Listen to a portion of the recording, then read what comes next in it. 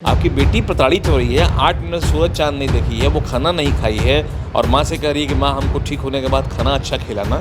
कितनी दर्दनाक और कितनी वेदनापूर्ण बात है। हम ये कह रहे हैं कि प्रतीक सेन को बचना नहीं चाहिए किसी भी कीमत पर। कि अगर वो प्रताड़ित कर रहा था तो आपने क्या किया?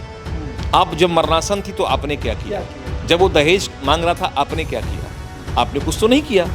तो इसका मतलब दहेज देने और मांगने में आपकी सहमति थी। हमारा कुत्ता बगल में सोया हुआ है, 40 किलो का कुत्ता है वो, लेकिन एक लड़की 25 किलो की हो जाए और उसके बाद भी आप पुलिस कंप्लेन नहीं कर रहे हैं, क्यों आखिर? जितना वो सोच रहे हैं या जो लोग बता रहा है उनकी उतनी औकात नहीं है। हम डायरेक्टली खुलेआम बोल रहे हैं। मामला घरेलू हिंसा का हो या दहेज उत्पीड़न का हो, आए दिन आप समाज में सुनते हैं कि इस तरह की घटनाएं होती हैं।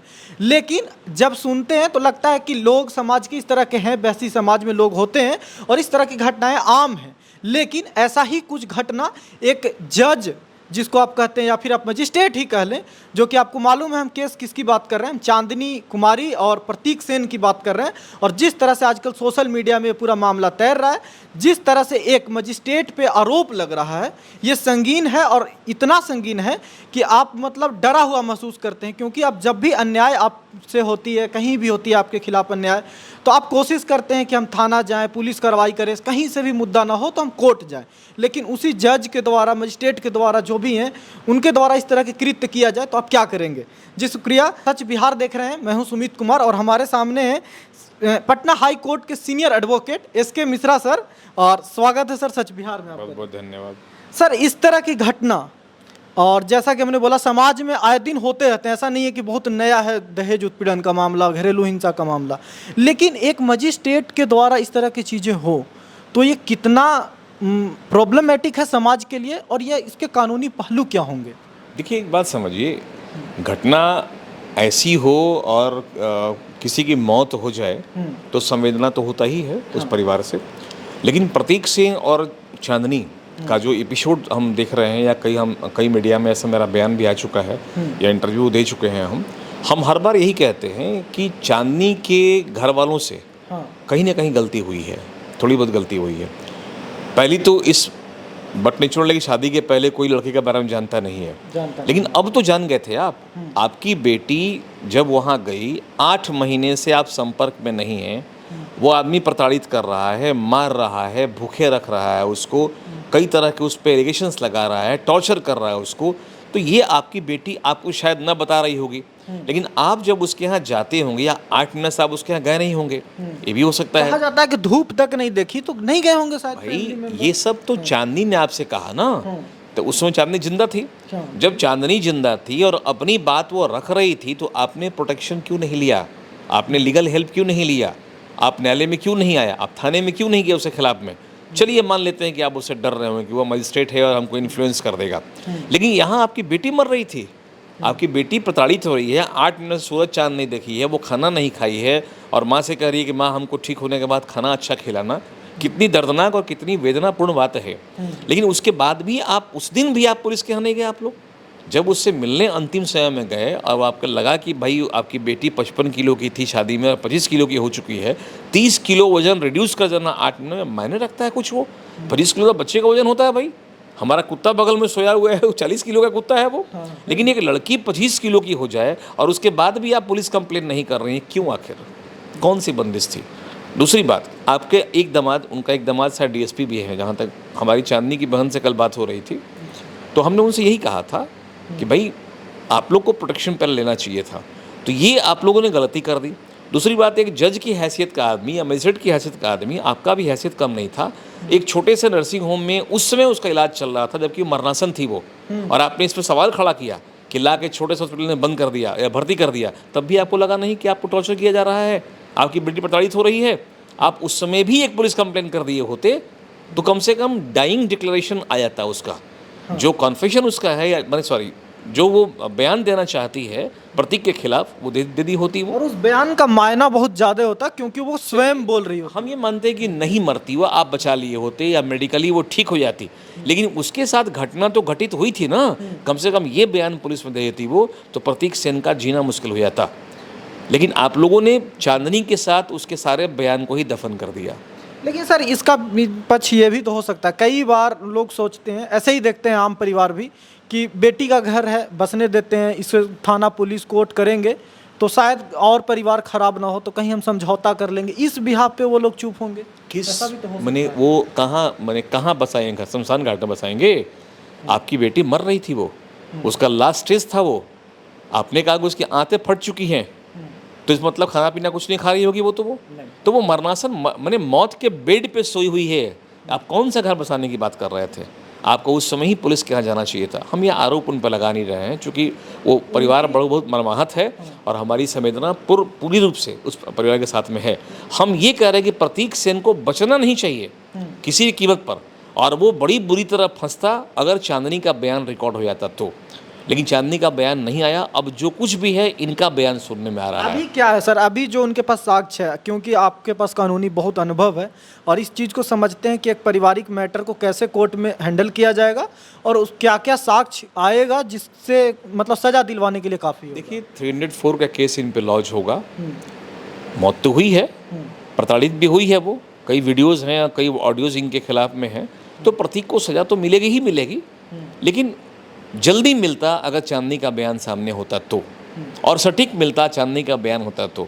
लेकिन चांदनी का कोई बयान यहाँ पर नहीं है। अब बयान सिर्फ घर वालों का है। अब एक अहम सवाल उठता है कि जो प्रताड़ित हो रहा था उसने कोई कंप्लेन क्यों नहीं किया पुलिस में, या अगर इस तरह का प्रतीक कर रहे थे तो आप लोगों ने लीगल प्रोटेक्शन क्यों नहीं लिया? ये सवाल कोर्ट में खड़ा होगा और इसका कोई जवाब इन लोगों के पास नहीं होगा, सिवाय इसके कि वो कहते हैं कि जज हैं, इन्फ्लुएंस करते, या हम डरे हुए थे, या हम घर बसाना चाह रहे थे। यही सब जो कॉमन दलीलें होती है। सही बात है। और जो भी अभी तक एलिगेशन मीडिया में है या सब लोगों के संज्ञान में, वो एक तरफा है, वो फैमिली के द्वारा है और अभी सामने से कुछ भी आया नहीं है, सामने से कोई भी एलिगेशन या फिर मीडिया में अपनी बातें नहीं रखी गई है, तो कोई भी जजमेंट या फाइनल वर्डिक्ट पे पहुंचना बहुत गलत बात है। एक बात समझिए, ये मीडिया ट्रायल किसी को सजा नहीं दिलाएगा। नहीं दिलाएगा। मीडिया ट्रायल एविडेंस हो सकता है, साक्ष्य हो सकता है।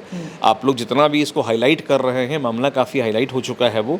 और सही बात ये है कि यूट्यूबर जो आप लोग हैं, आप ही लोग सही रूप से पेश करते हैं समाज को। अदरवाइज नेशनल पोर्टल के जितने भी चैनल है तो कहीं कहीं न्यूज़ नहीं है। एक जज की पत्नी की हत्या हो जा रही है, सॉरी मौत हो जा रही है, और इस मौत पे हमारा हत्या, सॉरी हम गलत बोल दी, हत्या नहीं, मौत हो जा रही है पत्नी की, चाहे किसकी नेग्लिजेंस हो, मेडिकल नेग्लिजेंस हो, हस्बैंड नेग्लिजेंस हो, घर किसी से नहीं, मौत उसकी हुई है। जब उसकी मौत हो रही है, कोई मीडिया में कहीं कोई सवाल खड़ा नहीं हो रहा है। ये तो आप लोग ही हैं जो उसको ट्रेंड कर रहे हैं, और या ब्लॉग बना बना के भेज रहे हैं, या पब्लिक तक ये पहुंच रहा है, लोग अवेयर हो रहे हैं। तो हम बहुत धन्यवाद ज्ञापन करते हैं यूट्यूबर्स को या ब्लॉगर्स को कि आप लोगों ने सही समय पर सही चीज़ को उठा के लोगों को बताया कि प्रतीक सेन नाम का कोई मजिस्ट्रेट है जिसने अपनी पत्नी के मौत में एक अच्छा हिस्सेदारी निभाया है। और कहीं ना कहीं ये कुछ गलती इन लोगों की भी है, परिवार वालों की भी है। जब वो पैसा का डिमांड कर रहा था तब भी आप लोग कुछ लीगल प्रोटेक्शन नहीं लिए। क्योंकि दहेज मामला, जब दहेज का आएगा तो देना भी जुर्म उतना ही है जितना कि लेना जुर्म है। तो दहेज तो नहीं कहेंगे, अब लोग नया वर्ड ईजाद कर लिए हैं, उपहार। कि वो उपहार स्वरूप की तरह मांग रहे थे, तो उपहार का कोई कीमत नहीं होता है, जितनी मर्जी आप दे दे, आपको शिक्षा से देना है। उपहार कोई मांगता नहीं है, आपको जबरदस्ती थोड़ी मांगता। उन पे आरोप है कि वरमाला डालते समय भी वो लाखों रुपए की मांग कर रहे थे, तो उपहार जबरदस्ती थोड़ी। आपको उस समय ही समझना चाहिए था, जब 22 लाख देने के बाद 50 लाख मांग रहा है, 1.5 लाख के लिए स्वयं जयमाल नहीं कर रहा है, तभी समझती कितना लालची परिवार है वो। आप तब भी उस समय आप अवेयर तो रहती कि आपकी बेटी उस घर में जा रही है, जो आदमी जयमाल स्टेज पे इतना प्रताड़ना कर रहा है, तो घर में कितना करेगा वो। लेकिन अब 8 महीने तक वेट करते रहे आप लोग उसके मरने का। ये थोड़ी गलती इनसे हुई है। हमारी पूरी हार्दिक संवेदना उस परिवार के साथ है, चांदनी के साथ भी रहा, कोई दिक्कत नहीं है। दुख की बात तो है ही वो, और प्रतीक सेन को बचना नहीं चाहिए। प्रतीक सेन की इस कृत्य को कैसे देख रहे हैं सर? क्योंकि वो कानून की समझ तो होगी, जज ऐसे तो नहीं बने होंगे, वो मजिस्ट्रेट ऐसे नहीं बने होंगे, और वो कर रहे थे ये सब, तो उस समय उन्हें नहीं लग रहा था कि हम कानूनी पहलू को समझते हैं, जानते हैं, तब भी मैं ये कर रहा हूँ। तो ये कहाँ, वो जो बोलते हैं ना कि अपने हृदय इस तरह से क्या रहे। देखिए, प्रतीक सेन को कानून समझने में 20 साल अभी और लगेगा। जुडिशियल मजिस्ट्रेट एक लर्निंग फेज होता है, जहाँ लोग कानून सीखते हैं, समझते हैं, वकीलों के माध्यम से। एडवोकेट साहब लोग कोर्ट में जाते हैं, जो अपना प्लीडिंग है, जो उनका आर्गुमेंट होता है, उस पर ये लोग सीखता है लोग। तो वो सीखने के फेज में थे। जब वो सीख जाएंगे, जज बन जाएंगे, फिर वो तभी जज बने नहीं थे, वो सीख रहे थे अभी। तो कानूनी रूप से इतने वो महान नहीं हो गए हैं कि वो जो एडवोकेट को फेस कर पाएंगे न्यायालय में, और अभी भी इतना ईजी नहीं है कि उनको बच जाएंगे। और न्यायालय जो है, न्यायालय में चाहे एक गरीब हो या अमीर हो, सबों के लिए इंडियन पिनल कोड एक ही तरह का है। लेकिन ये तो हो ही सकता है ना सर, इसके चांसेस तो हैं, जो परिवार आरोप भी लगा रहा है कि जब मामला कोर्ट में पहुंचे तब भी वो मैनिपुलेट कर ले, उनके साथी होंगे, उनके रीच होंगे उतने, भाई उतनी उनकी औकात नहीं है जितना वो सोच रहे हैं, या जो लोग बता रहा है उनकी उतनी औकात नहीं है। हम डायरेक्टली खुलेआम बोल रहे हैं, क्योंकि उनके ऊपर भी कोर्ट है, उसके ऊपर भी कोर्ट है, और वो हर जगह जा नहीं पाएंगे, ऑनरेबल हाई कोर्ट के सामने खड़ा नहीं हो पाएंगे, इतनी उनकी हैसियत नहीं है, क्योंकि जुडिशियल मजिस्ट्रेट रैंक के अधिकारी हैं, और हम वाकई मर्माहत हैं, और हमको पीड़ा उस महिला से है, और हमको गुस्सा भी इस परिवार से है, चांदनी के परिवार से, कि उन्होंने एक्शन क्यों नहीं लिया उस पर, आखिर क्यों छोड़ दिया उसको लोग। अब जो भी कुछ आप बोल रहे हैं वो कहीं सुनी बातें होती हैं। न्यायालय में ये प्रश्न आएगा कि अगर वो प्रताड़ित कर रहा था तो आपने क्या किया, आप जब मरणासन थी तो आपने क्या किया, जब वो दहेज मांग रहा था आपने क्या किया, आपने कुछ तो नहीं किया। तो इसका मतलब दहेज देने और मांगने में आपकी सहमति थी, या उसके प्रताड़ना में सहमति आपकी रही होगी, आपने एक्शन क्यों नहीं लिया, आपकी बेटी मर रही थी वहाँ पर। तो ये गलती इनसे हुई है। हो सकता है घर में कोई इतना अवेयर नहीं हो लीगली कि भाई हम जाएं थाना में या पुलिस में जाएं या अपनी बेटी के घर उजाड़ें, लेकिन जिस दिन वो मरणासन हो चुकी थी तब करना चाहिए। उस दिन जब आप मिलने गए और एक छोटे से नर्सिंग होम में आपने अपनी बेटी को मौत के बेड पर पाया, तब आपको पुलिस कंप्लेन करना चाहिए था।